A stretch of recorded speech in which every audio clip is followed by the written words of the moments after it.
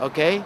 So you understand what I'm trying to say here is that it's all made up. The idea that we're impoverished through debt and it's the fault of the poor because they've got all these social welfare they point to is this and that. But if you look at the budget on a pie chart, you see, oh my gosh, a tiny slice is going to actual social economic, welfare programs. But, a huge chunk of that is going to the people that are employed in those programs, whose interest is in those poor people, because without those poor people, they wouldn't have anyone to take care of. You get it? You get what I'm saying? All the people in the prison industrial complex, the crime industrial complex, whose jobs depend on the crime. Without the poverty, crime plummets, so a lot of people out of work. All the people in the financial services industry, all the people in the war industrial complex. Do you understand how dramatically, how profoundly different our civilization, which of course, again, I point out is not civilized at all, is going to look once good is in control of things, once good is in charge? This place is going to be dramatically converted. Okay, and we all need to get ready for a really good place. And remember, I don't want to take from anybody. The only reason that you've been made to believe that we can't all live together in peace and harmony and all this is because you've been trained to believe that. I'm here to tell you, I don't want to take anything from anybody. I don't only want you to have what you have, and I believe this is what God wants for you, but to have more. And to not only that, but to be able to enjoy it exponentially more, to be able to enjoy your prosperity so much more when you're working for universal prosperity. You say, I'm joining the side of the light and truth and right and humanity and decency and righteousness and goodness. Not for some, but for all, doggone it, because we are all one family. We all are one bloodline. We're human beings. We're one race. We're the human race. Okay? And when you jump to the light, man, you're going to see the potential in your heart. You're going to feel that bliss and that comfort. And you're going to say, wow, it really is true. That, you know what? It is invented that we have so much of the misery in this world. And that, it's going to look a lot different when we're free from that misery. And it's not going to solve all our problems. I mean, if today we had full prosperity in the earth, so everybody living in freedom and security and safety and just happy as could be because everybody's rich. It's a relative thing. I mean, if everybody's rich, nobody's rich. You get it? If everybody's poor, nobody's poor. I mean, it doesn't matter how you look at the whole thing. It's one and the same.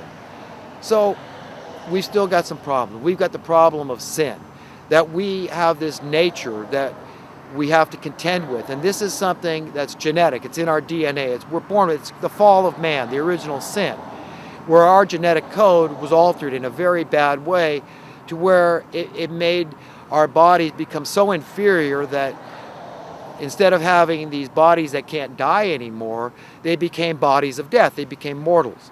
So while we didn't die instantly by eating this, metaphorical forbidden fruit, whatever you might think that to be, and I believe it to be on the order of inbreeding with demonic beings, fallen angels, whatever. Something funky happened. Whatever it was, it hurt God so bad that, had to witness this.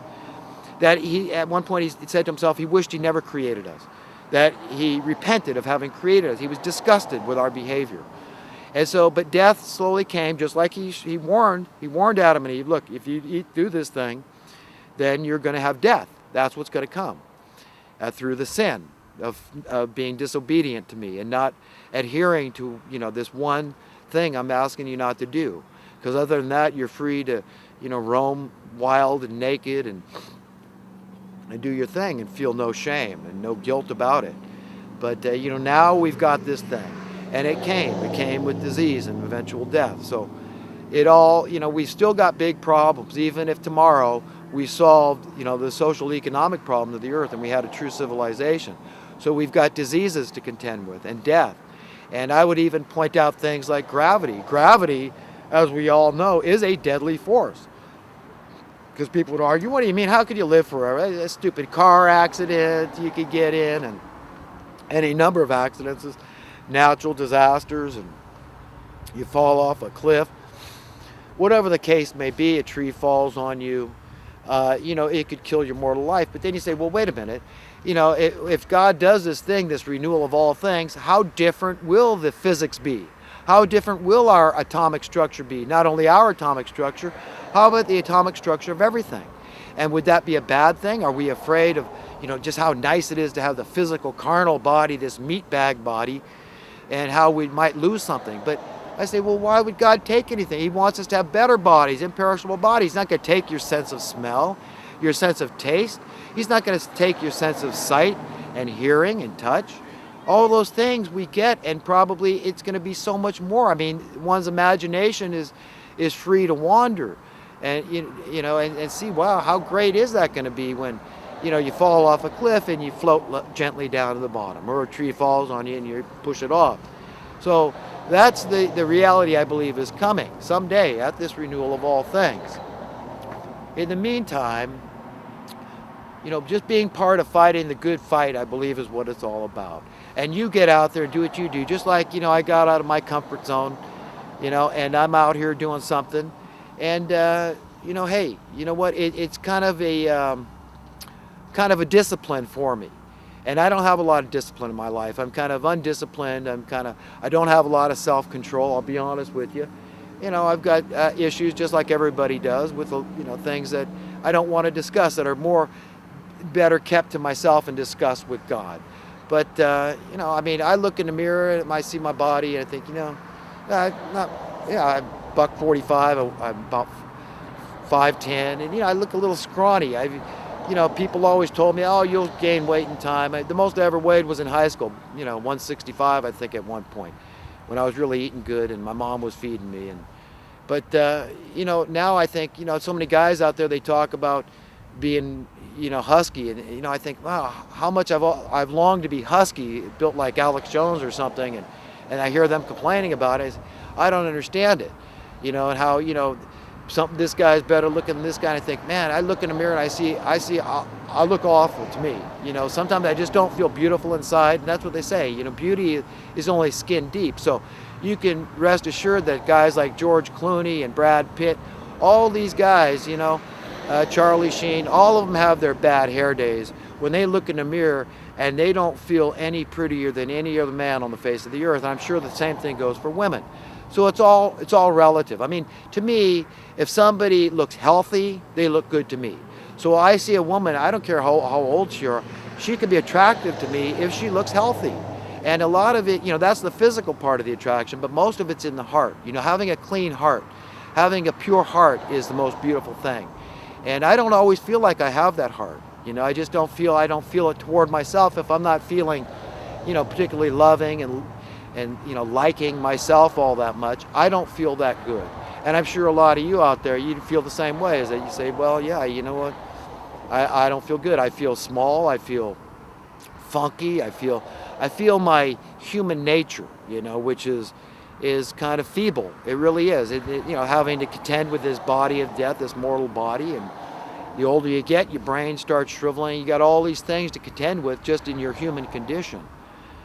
So anyhow, I just want to point out that, even if things were perfect tomorrow on earth, they're not going to be perfect because, we need God's hand, we need His hand and help, and to come in and to change us at a very fundamental level, to actually give us these bodies that are imperishable. That's the end game is really going to be with God at the helm and in charge of our destiny. And I want to convince everybody that you want to make sure that you see you haven't been deceived into falling into the darkness and end up going to hell. You don't want to do that. You want to go with the decent human beings, the righteous. And you want to feel worthy deep down inside, say, look, I have really been trying to listen to God and to follow His precepts and ideas for what He wants me to believe, the kind of fruits He wants me to develop.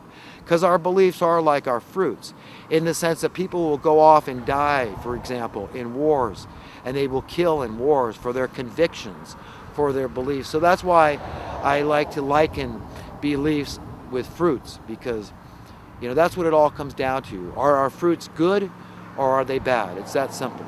And God is the judge of that. And the way that we can discern that and decipher whether our fruits are good or bad is every day. Just understand your dependency on Him and His thoughts, and welcome the conviction. And when you're wrong, and welcome it, instead of putting any kind of wall of pride up your ego or anything like that, and say, God, you're right, I'm wrong, and I want to grow. I want to be more liked by you. I want to be a fragrant aroma in your nostril. I want to be happy and free. And I know that an integral part of being happy and free, truly happy and free, is pleasing you. It's that simple, because you are the giver, the grantor of true happiness. It all comes from you.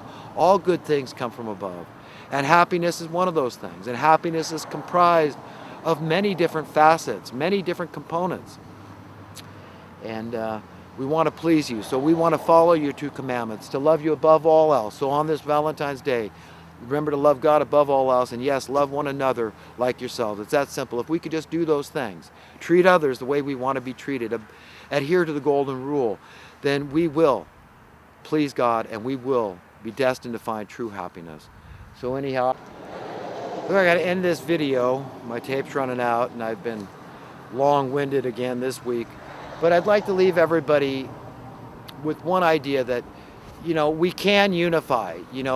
I don't care if you really are passionate about your belief in socialism or capitalism, we can get together and work this out, and just remember, we got to extract from the very top, and it won't even hurt them. If we're going to mandate somebody pay the taxes, let's make sure it's only them and make the rest voluntary.